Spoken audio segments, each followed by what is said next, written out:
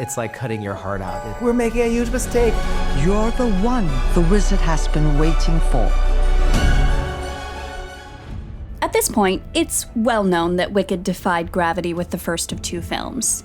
Leads Cynthia Erivo and Ariana Grande fully embodied Elphaba and Glinda respectively. And director Jon M proved naysayers wrong by effortlessly justifying the film's 2-hour and 40-minute runtime. Now, of course, there was some validity to the ponderification as to why one half of the story needed to be as long as the entire play. In the streaming era, studios have become well known for insisting creators stretch the runtime to meet algorithm needs. But in the case of this theatrical wonder, there wasn't just justification for expanding the first act. Doing so also gave them the opportunity to solve a long-standing Wicked Act 2 problem. Before we get to that, though, it's worth noting that the first chapter in the theatrical Wicked was almost even longer. I had the opportunity to talk to director Jon M ahead of Wicked's home release to discuss some of the extras fans can expect ahead of the release of Wicked for Good next year. In the deleted scenes, we see a glimpse of a conversation held between Elfie and Glinda after Elphaba and Jonathan Bailey's Fiyero save the lion cub from Dr. Dillamond's cruel replacement, Dr. Nicodic. In this scene, Glinda is hurt that Elphaba didn't trust her to help save the cub, so, in return, Elphaba promises to never leave her friend behind again. Now, the inclusion of this scene would have gone a long way to save Chew and his team time and for good, as it sets critical core groundwork when it comes to Glinda's growth as a character, which is, in fact, a core theme in Act 2. Because of that, I had to ask how it ended up on the cutting room floor. That was a really hard one to cut because I was in for, I don't know, up to the last couple months of editing. And she's doing an amazing job. I mean, both of them, it's just, they're hiding secrets and they're picking at each other. And what Glinda is able to do there of just showing this vulnerable side to her, what she really wants. She actually does want to be friends with her. Those were all very difficult. What it came down to was, yes, our movie was too long and I was just trying to do good for the audience of just getting it as thin as we can. But the reality of it was this promise got ahead of the audience.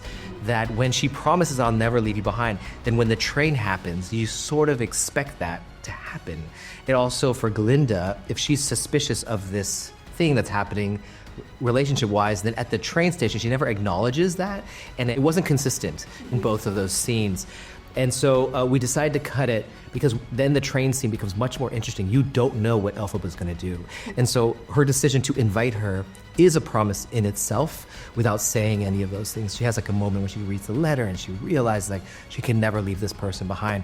And so that was the ultimate reason why, but it's like cutting your heart out. It's not fun.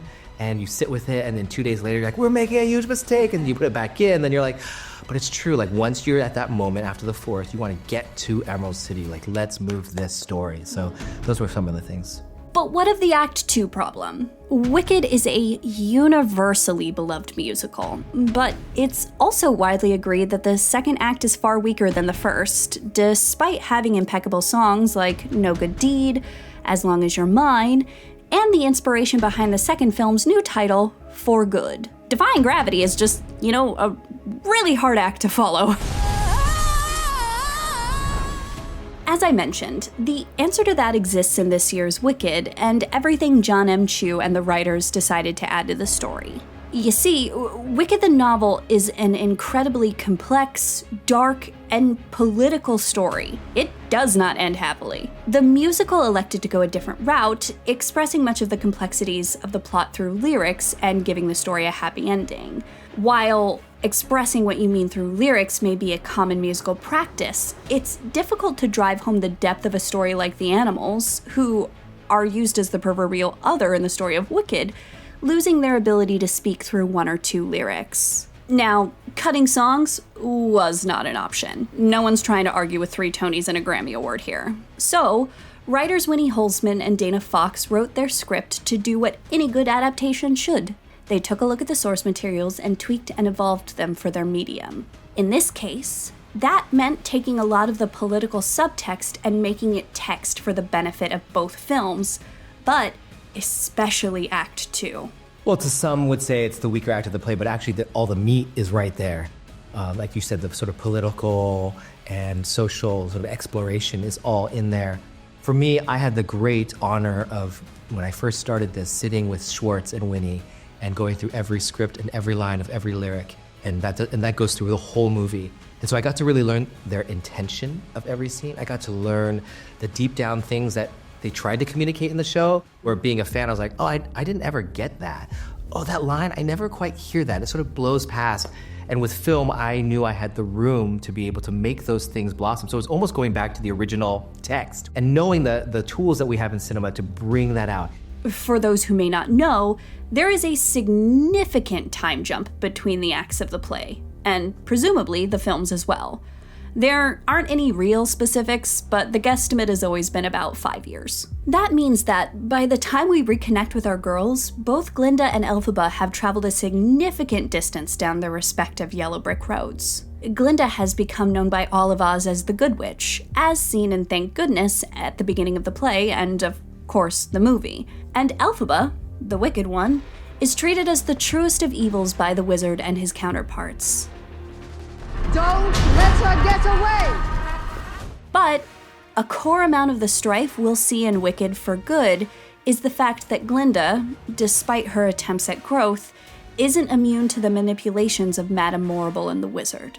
With Chu's affirmation of his perspective that the real political depth of the play exists in Act 2, it all goes back to taking the subtext of the lyrics and giving them the deeper exploration that the film allows for. Both Elphaba and Glinda have impossible battles ahead of them.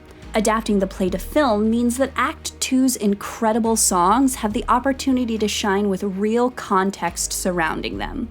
Glinda, in particular, will be challenged in ways that she has never been challenged before. But the plight of the animals, Elphaba's battles, and Fiero's journey will also have the opportunity to shine in bold new ways now that lines of lyrics have the opportunity to morph into full scenes. Talking with the girls about it, they also had ideas on those moments and what those meant. And so it was doing that, and because we had the room in both movies, we had the opportunity to do that. And I think in movie 2, we only sort of doubled down on those ideas. And it really comes home to what the intention. In a weird way, the medium difference of stage and film speak to those differences. It's like you have to move, they're squeezing a lot in that show. And it is much more of a presentational version. I mean, Glinda is literally like the host of the night and bringing people in and telling us into the story, where a movie that could only last for so long, the sort of being outside of the story. We knew we had to plug into Elphaba and her journey in movie 1. And movie 2, maybe you get an opportunity to be a little bit more with Glinda and see her journey, because now she has to make some tough choices, as well as Elphaba, as they figure out how to sort of part ways in a way that leaves Oz better than it was before. Now, if you distill all that down, it seems that the bottom line here is that if the play tugged on your heartstrings, you should probably be prepared for Wicked for Good to absolutely ruin you. Our girls are about to go through it in ways that they never asked for. Of course, no one ever said that toppling oppressive regimes was easy. Don't be afraid.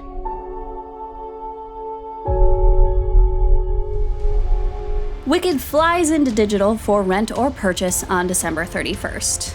For more on the film, check out our Wicked review. And for everything else, stick with IGN.